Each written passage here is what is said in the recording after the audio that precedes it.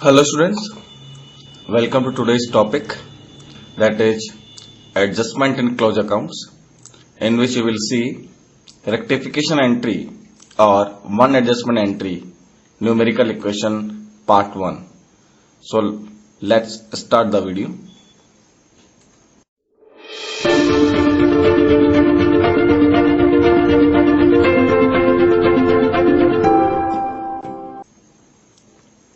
First we see the meaning of adjustment in close account.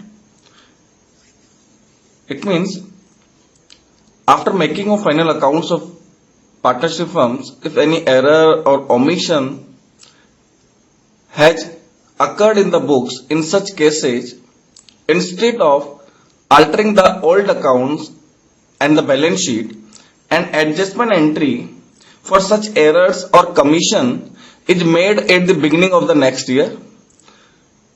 All these treatments are called adjustment in close accounts.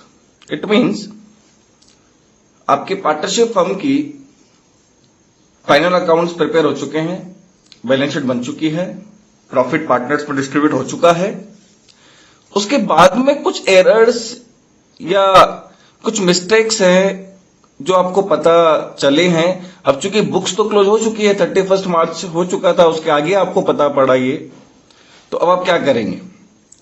अब नया new year start हो गया था, adjustment पुराने accounts के थे, पुराने अकाउंट्स का मतलब क्लोज अकाउंट्स के थे. अब उसमें कुछ एडजस्टमेंट करना है, इसलिए इसको एडजस्टमेंट इन क्लोज अकाउंट्स बोला जाता है. तो हम फिर एक एडजस्टमेंट एंट्री करेंगे और उस एडजस्टमेंट एंट्री के थ्रू हम जो भी गलती हुई है उसको सही करने की कोशिश करेंगे. यही आपका टॉपिक आपके एडजस्टमेंट इन क्लोज अकाउंट्स में है. अब किस किस तरह की एरर या मिस्टेक रह जाती है उसकी कुछ टाइप अपन देख लेते हैं. Like when interest on capital और interest on drawings may have been omitted, under charge, over charge. यानी आप पार्टनर को इंटरेस्ट ऑन कैपिटल देते हैं या उनसे इंटरेस्ट ऑन ड्रॉइंग चार्ज करते हैं, तो हो सकता है आप वो एंट्री करना पूरी तरह से भूल गए, ओमिट हो गए, वो आपने एंट्री करी ही नहीं हो, या अंडर चार्ज हो गया, आपने कम इंटरेस्ट लिया या दिया हो उन्हें, या ओवर चार्ज हो गया हो, आपने ज्यादा इंटरेस्ट दे दिया हो या ज्यादा इंटरेस्ट ले लिया हो. इनमें से कोई भी एक सिचुएशन हो सकती है. और ये तीनों ही सिचुएशन अगर होती है, मतलब अगर आप भूल भी गए हो या आप कम दिया है या आपने ज्यादा चार्ज किया है, ये गलती है और इस गलती का सुधार होना जरूरी है. जैसे when profit and loss have been distributed among the partners in wrong proportion. अगर आपका जो प्रॉफिट एंड लॉस रेशियो होता है, आपने किसी और रेशियो में गलती से प्रॉफिट को बांट दिया है, तो अब जैसे ही आपको गलती पता चली है आप उसको सही करेंगे. और क्या गलती हो सकती है? when profit sharing ratio has been altered with effect from some past date. कई बार पार्टनर से डिसाइड करते हैं कि हमारा जो प्रॉफिट शेयरिंग रेशियो उसको हम चेंज करेंगे, लेकिन ये चेंजेज पिछली डेट से एप्लीकेबल रहेंगे, मतलब पिछले कुछ प्रीवियस ईयर से या पिछले प्रीवियस ईयर से इफेक्टिव रहेंगे. तो उस केस में भी आपको एडजस्टमेंट एंट्री करनी होती. इसका मतलब ये मान लो अब तक वो 532 के अंदर डिस्ट्रीब्यूट कर रहे थे, अभी भी जो बैलेंस शीट या प्रॉफिट एंड लॉस अकाउंट उन्होंने जो बनाया है वो 532 के रेशियो के हिसाब से बनाया था. लेकिन अब उन्होंने सोचा कि नहीं, हमने 532 के हिसाब से बना दिया, नहीं, इसको हम इक्वल रेशियो के अंदर करेंगे. अब जबकि वो 532 में बांट चुके हैं, अब उस 532 को भी वो इक्वल में करना चाह रहे हैं, तो इसके लिए भी आपको एडजस्टमेंट इन क्लोज अकाउंट्स के हिसाब से एंट्रीज करनी होगी. When salary और commission payable to a person has been omitted, under charge और ओवर चार्ज. देखिए, पार्टनर्स को आप सैलरी देते हैं, कमीशन देते हैं, वही है कि इसमें भी आपने उनको या तो एंट्री करना भूल गए, या आपने कम सैलरी या कमीशन दे दिया, या ज्यादा सैलरी या कमीशन गलती से उन्हें अकाउंट्स में लिख दिया है. तो इन सब गलतियों को आपको सही करना है, और सही करने के लिए जो हमारा टॉपिक है वही एडजस्टमेंट इन क्लोज अकाउंट्स है. तो समझ गए आप? इसका मतलब यह है कि बुक्स क्लोज हो चुकी है, फिर आपको कोई एडजस्टमेंट करने हैं जो आप करना भूल गए थे या गलत कर दिया था, तो उनको हम कैसे सही करेंगे, ये टॉपिक उसी चीज का है. तो कैसे करना होता है इसको देख लेते हैं. These errors can be rectified by either of any two method. ये दो मेथड मैं आपको बता रहा हूं, इन दो में से किसी भी मेथड से कर सकते हैं. आपके जो बोर्ड एग्जामिनेशन है उसके अंदर जो पहला मेथड है वही मेथड ज्यादा पूछा जाता है, वही ऑफिशियली मेथड माना जाता है। फिर भी मैं नेक्स्ट वीडियोस के अंदर भी सेकंड मेथड भी आपको बता दूंगा। तो इन एरर्स को आप दो तरीके से सॉल्व कर सकते हैं। पहला है method by doing one adjustment entry, rectification entry, जो मैं अभी टॉपिक लेने जा रहा हूं। मतलब जितनी भी गलतियां हैं उनके लिए आपको सिर्फ एक जनरल एंट्री करनी है, इसको रेक्टिफिकेशन एंट्री भी बोला जाता है, और सारी गलतियों का ट्रीटमेंट उस एक जनरल एंट्री के थ्रू हो जाएगा। या सेकंड मेथड होता है by passing separate entry for every error, means profit and loss adjustment entry. Second method के अंदर जितनी भी गलती होगी, हर गलती के लिए अलग अलग एंट्री होगी। मान लो 3 गलतियां हुई है तो 3 एंट्री करनी होगी, 4 गलतियां होगी तो जैसे 4 एंट्री हुई आपकी। तो ये आपकी सेपरेट सेपरेट एंट्रीज कहलाती है, जिसके लिए आपको एक अकाउंट खोलना होता है, profit and loss adjustment account. तो सेकंड मेथड वो है। तो आज हम फर्स्ट मेथड देखेंगे, दैट इज रेक्टिफिकेशन एंट्री और वन एडजस्टमेंट एंट्री।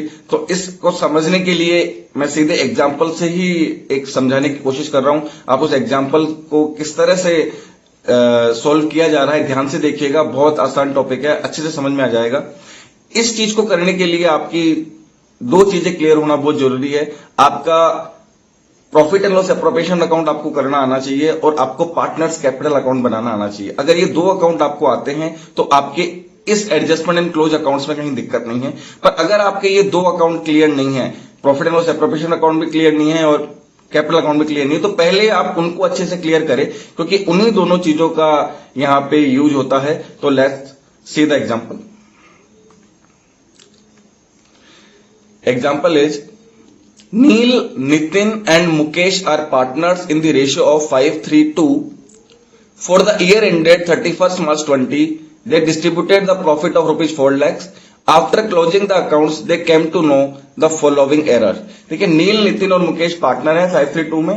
उनका 31 मार्च 2020 को बिजनेस उन्होंने फाइनल अकाउंट बना लिया है और 4 लाख का प्रॉफिट भी उन्होंने डिस्ट्रीब्यूट कर लिया। और बुक्स क्लोज करने के बाद में उन्हें कुछ गलतियां पता चली है। वो क्या गलती है देख लेते हैं।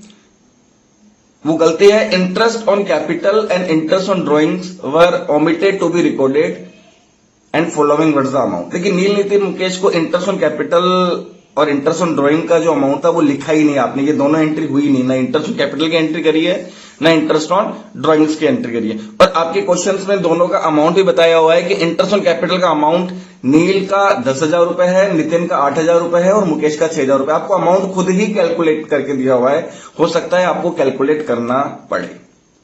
कैलकुलेट कैसे किया जाता है मैं पिछले वीडियो में बता चुका हूं, इंटरेस्ट ऑन कैपिटल कैसे निकालते हैं, और उसी तरह से इंटरेस्ट ऑन ड्रॉइंग कैसे निकालते हैं ये भी मैं पिछले वीडियो में बता चुका हूं। तो कई बार आपके क्वेश्चन में डायरेक्टली खुद भी अमाउंट दे सकता है, या हो सकता है आपसे इनका अमाउंट निकलवा भी ले। मैं एग्जाम्पल के अंदर मैंने मान लिया है कि अमाउंट दिया हुआ है, क्योंकि ऑलरेडी आपको ये दोनों अमाउंट निकालने आते हैं, तो इसलिए मैंने वो एक्सरसाइज यहां नहीं ली है। सीधा हम मेन क्वेश्चन पे आएंगे अपने, कैसे एडजस्टमेंट करना है। तो इंटरेस्ट ऑन ड्रॉइंग का अमाउंट नील का 5,000 रुपए का है, नितिन का 6,000 रुपए का है, और आपके मुकेश का अमाउंट 2,000 रुपए का है आपके।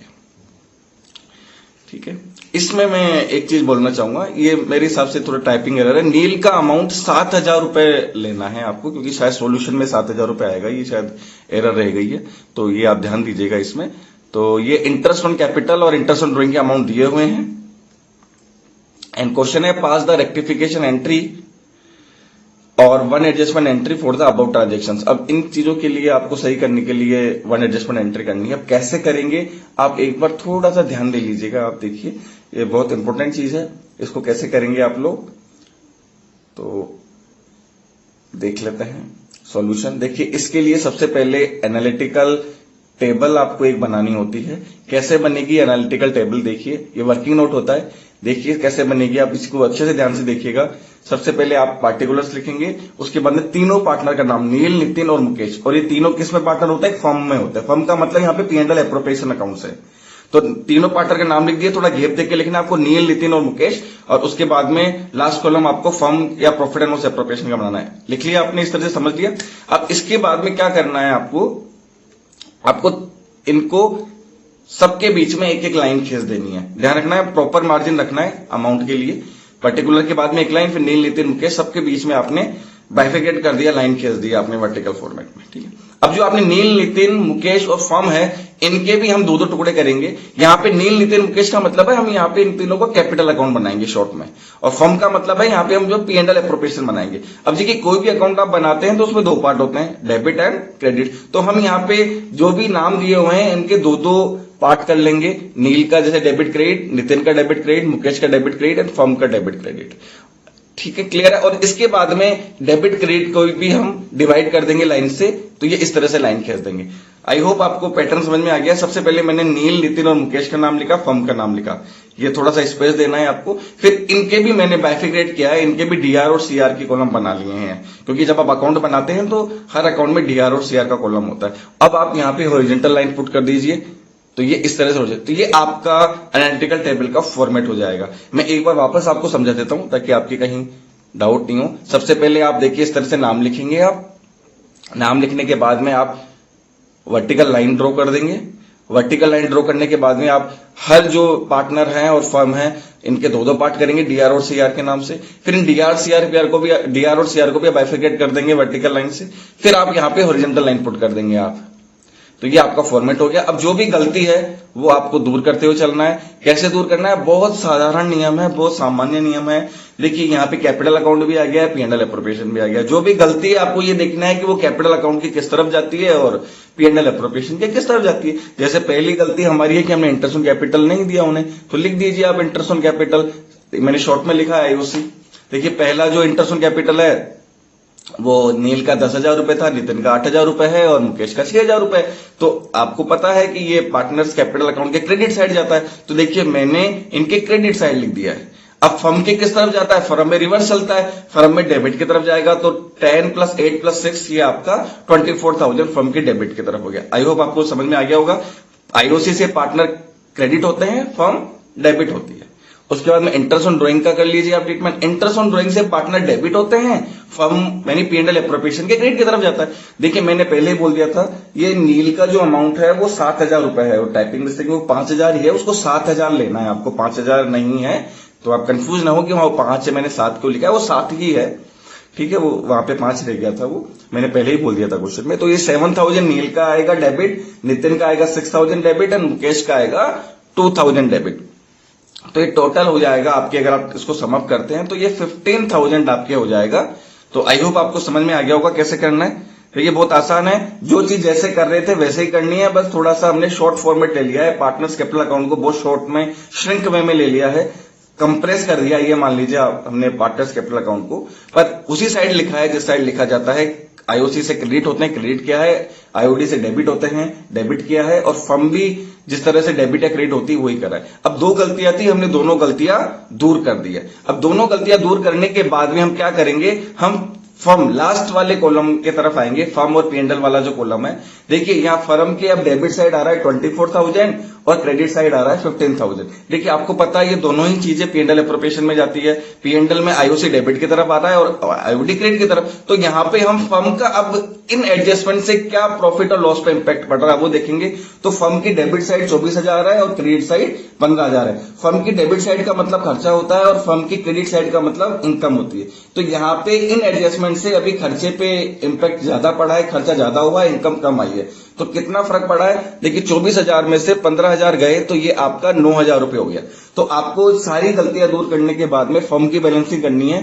24,000 में से आपको 15,000 को लेस किया तो 9,000 हो गया। 9,000 को आपको क्रेडिट की तरह लिखना है, जिस तरफ कम होता है उस तरफ लिखना है। तो अब देखिए फर्म का डेबिट भी 24 हो गया है और क्रेडिट भी 24 हो गया है। अब फर्म के जो 9,000 क्रेडिट किए हैं, अब देखिए फर्म क्रेडिट हुई है, फर्म क्रेडिट की तरफ लिखा 9,000 रुपए, तो पार्टनर्स को आपको डेबिट कर देना है। अब ये 9,000 रुपए पार्टनर्स को आप 532 में डेबिट कर देंगे।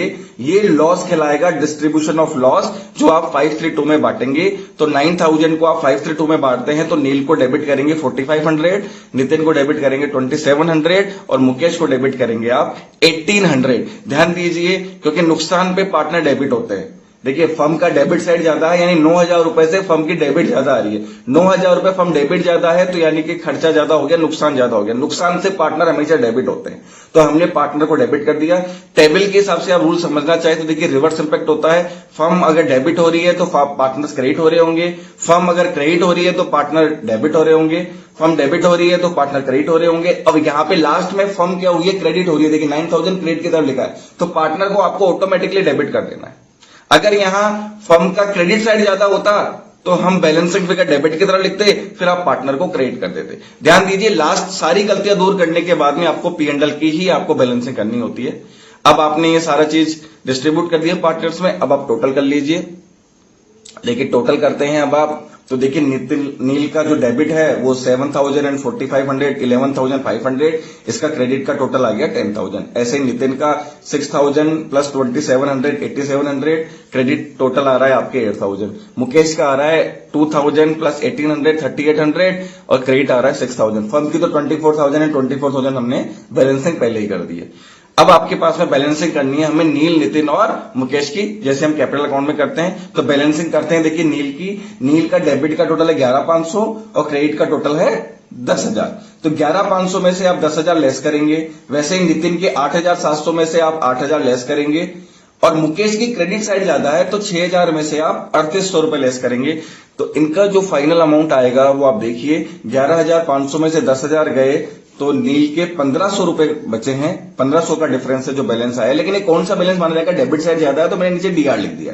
उसी तरह से नितिन के भी आप देखेंगे 8,700 में से 8,000 गए तो 700 रुपए आप क्रेडिट की तरफ लिखेंगे, पर कौन सा बैलेंस है, डेबिट ज्यादा है आपके।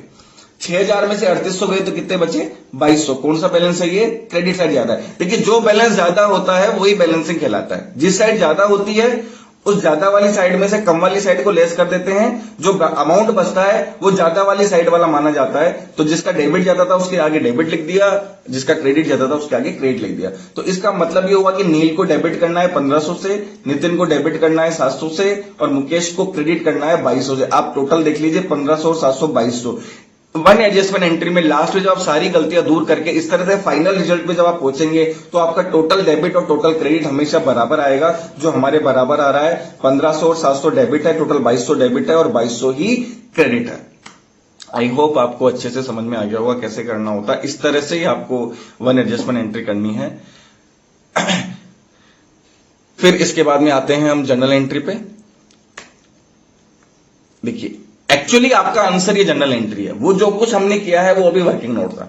आपकी क्वेश्चन जो आएगा उसमें ही बोलेगा पास द नेसेसरी एडजस्टमेंट एंट्री या पास द नेसेसरी रेक्टिफिकेशन एंट्री। तो आपको ये एंट्री आपका मेन आंसर है। वो जो कुछ मैंने अभी एनालिटिकल टेबल बनाया था वो आपका वर्किंग नोट है बच्चों। तो यहां पे हमने निकाल लिया था कि नील का जो अमाउंट है वो 1,500 रुपए डेबिट है, नितिन का जो अमाउंट है वो 700 रुपए डेबिट है। तो जनरल के फॉर्मेट में दोनों को हमने डेबिट कर दिया और मुकेश क्रेडिट हो रहा था तो मुकेश कैपिटल अकाउंट 2,200 रुपए। और फिर आप नरेशन लिख देंगे be in adjustment entry done for interest on capital and interest on drawings. आपका सारा जो कैलकुलेशन है वो वर्किंग नोट पे उस एनालिटिकल टेबल पे डिपेंड करता है। आपके लास्ट में आपको कैलकुलेशन सही है तो आपको खुद पता चल जाएगा कि किसको डेबिट करना है और किसको क्रेडिट करना है। जिसको डेबिट क्रेडिट करना था फिर जनरल एंट्री में आकर के आपको उसको डेबिट क्रेडिट कर देना है। आपका क्वेश्चन एकदम सही हो जाएगा, फुल मार्क्स आपको इसमें फिर मिल जाएंगे। आई होप आपको एडजस्टमेंट एंड क्लोज अकाउंट्स की आज की क्वेश्चन समझ में आई होगी। नेक्स्ट वीडियो के अंदर हम कुछ और इक्वेशंस देखेंगे और उन्हें समझने की कोशिश करेंगे। आप बार बार वीडियो देखिए और इक्वेशन को समझने की कोशिश कीजिए और आपकी बुक्स के भी जो भी इलस्ट्रेशन से अनसोल्ड है उनको निकालने की प्रैक्टिस कीजिए। जितना प्रैक्टिस करेंगे उतना आपको समझ में आएगा। तो आज की वीडियो में इतना ही लेंगे। Kindly subscribe our channel that is Saksham institute for accountancy. You can press the bell icon for latest video notification and you find this video fruitful for you. Do like, comment and share this video to your friends. You can also like our Facebook page and follow us on Twitter in the name of Saksham Institute for Accountancy. Thank you for watching the video.